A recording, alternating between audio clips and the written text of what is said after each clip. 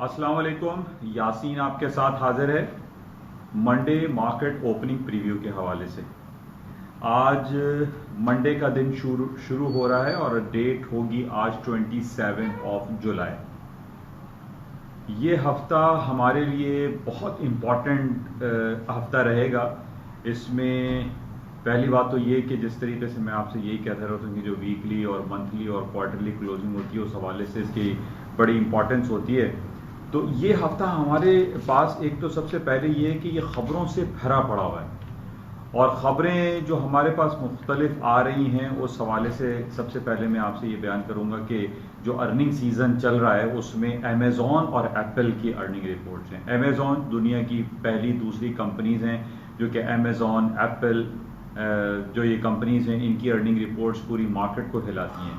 اس حوالے سے بڑا امپورٹنٹ ہے۔ پھر امریکہ کے انٹرسٹ ریٹ کے حوالے سے امپورٹنس چل رہی ہے کہ ایف او ایم سی میں بروز بدھ وینسڈے کو انٹرسٹ ریٹ کٹ ہونے کی امیدیں ہیں۔ کنفرم رپورٹ ہمارے پاس نہیں ہے، لیکن جس طریقے سے پچھلے کافی عرصے سے ہمارے پاس یہ رپورٹس ہیں کہ جناب امریکہ جو ہے وہ اپنا انٹرسٹ ریٹ نیگیٹو ٹیریٹری میں لے کر آئے گا، اس حوالے سے بروز بدھ امپورٹنٹ ہے۔ پھر تھرسڈے کو امریکہ کی بڑی امپورٹنٹ رپورٹ ہے، جی ڈی پی کی رپورٹ ہے، گراس ڈومیسٹک پروڈکٹ کی، اور اس کے علاوہ جو billions and trillions of dollar کے اکنامک اسٹیمولس پیکیجز دیے جا رہے ہیں اس کی 31 جولائی لاسٹ ڈیٹ ہے، ڈیڈ لائن ہے۔ اس کے بعد ہمیں یہ خبریں آ رہی ہیں کہ جناب کانگریس کی جانب سے مزید 350 بلینس آف ڈالر کے اکنامک پیکیجز کو منظور کر لیا جائے گا۔ یہ خبر بھی ہمارے پاس رہے گی۔ بہرحال یہ ہفتہ بہت زیادہ جو ہے وہ خبروں سے بھرا پڑا ہوا ہے۔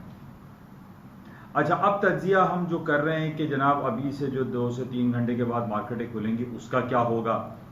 تو جیسے ہر ہفتے اور اتوار کو میں آپ سے یہی بیان کرتا ہوں کہ ہم یہ خبریں چیک کر رہے ہوتے ہیں کہ کون سا امپورٹنٹ ایونٹ رہا ہو جس بیسس پہ ہم یہ کہیں کہ جناب منڈے کی مارکیٹ اوپر کی طرف کھلے گی یا نیچے ڈاؤن ہو جائے گی، فال ہو جائے گی، اس کا کیا اثرات آئیں گے، کون سے امپورٹنٹ ایونٹ رہیں گے۔ اچھا، ان ہفتے اور اتوار میں امپورٹنٹ نیوز تو بہت ایسی ہلا دینے والی رپورٹ تو کوئی بھی نہیں ہے۔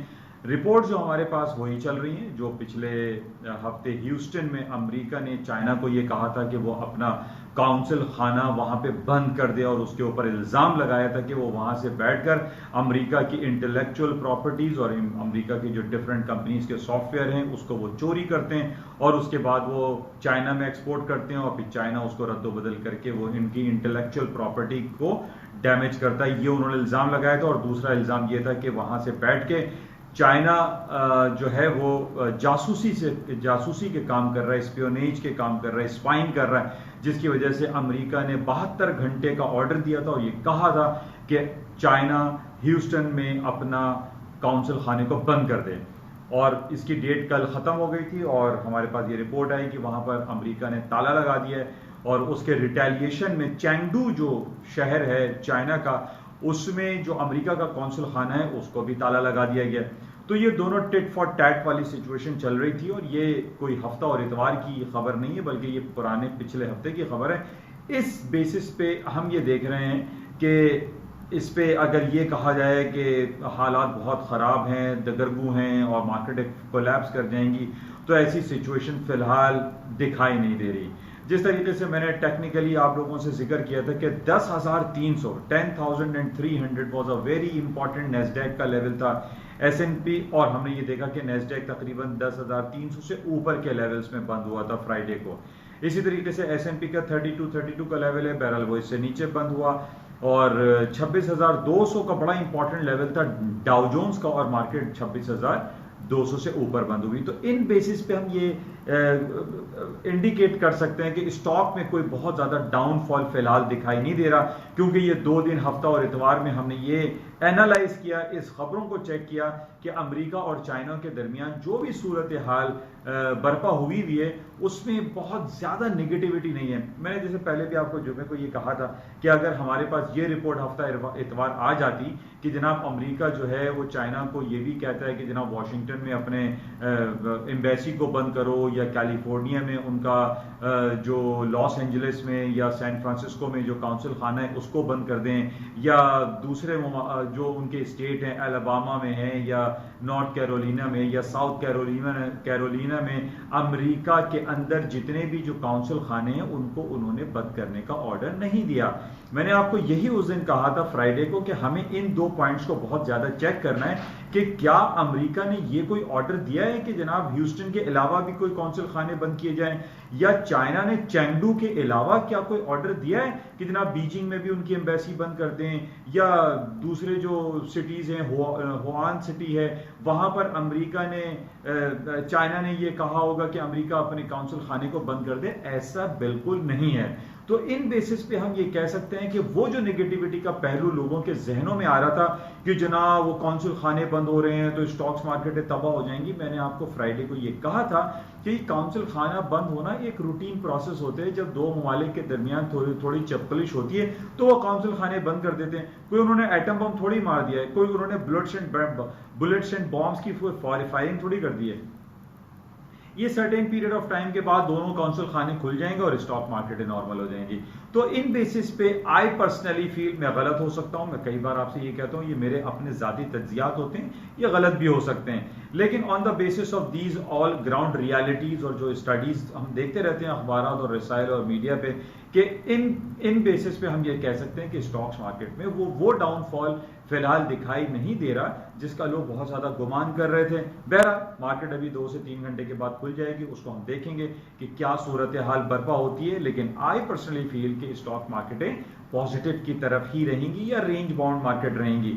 اچھا, اس کی انڈیکیشن جیسے کہ ہمارے پاس تداول آل شیئر سعودی عرب کی اسٹاک مارکیٹ کی خبریں ہمارے پاس اتوار کو آ جاتی ہیں, یا TA35 جو کہ اسرائیل تل ابیب کا انڈیکس ہے وہاں سے ہمیں کچھ رپورٹس مل جاتی ہیں. تو ان دونوں جو ممالک ہیں جہاں پہ اتوار کو مارکیٹیں چل رہی ہوتی ہیں وہ تھوڑی مکس رہی ہیں, پلس مائنس رہا, لیکن اوور آل ہم سینیریو چیک کر رہے ہیں کہ تل ابیب میں بھی اور سعودی عرب کی جو اسٹاک مارکیٹ تھی اس میں پازیٹیوٹی کا عنصر دکھائی دے رہا ہے. تو اس بیسس پہ بھی ہم کہہ سکتے ہیں اسٹاک مارکیٹ میں پلس کا رجحان رہے گا. اس کے علاوہ ان ہفتہ اتوار میں ہمارے پاس ایک بڑی امپورٹنٹ خبر, میں سمجھتا ہوں یہ بڑی امپورٹنٹ ہے کیونکہ ٹرمپ صاحب نے یہ بڑا اچھا اور خوش آئند بیان دیا ہے, اور انہوں نے یہ کہا ہے کہ امریکہ روس سے یا چائنا سے کسی جنگی مزاحمت کا متحمل نہیں ہو سکتا, اور وہ یہ نہیں چاہتے کہ وہ کسی عام ریس میں لگیں کہ جناب وہ امونیشن اور ٹینکس اور اس طریقے سے میزائلز اٹیکس وغیرہ کریں. ہم اس کی آرمز ریسز میں جانے ہی نہیں چاہتے,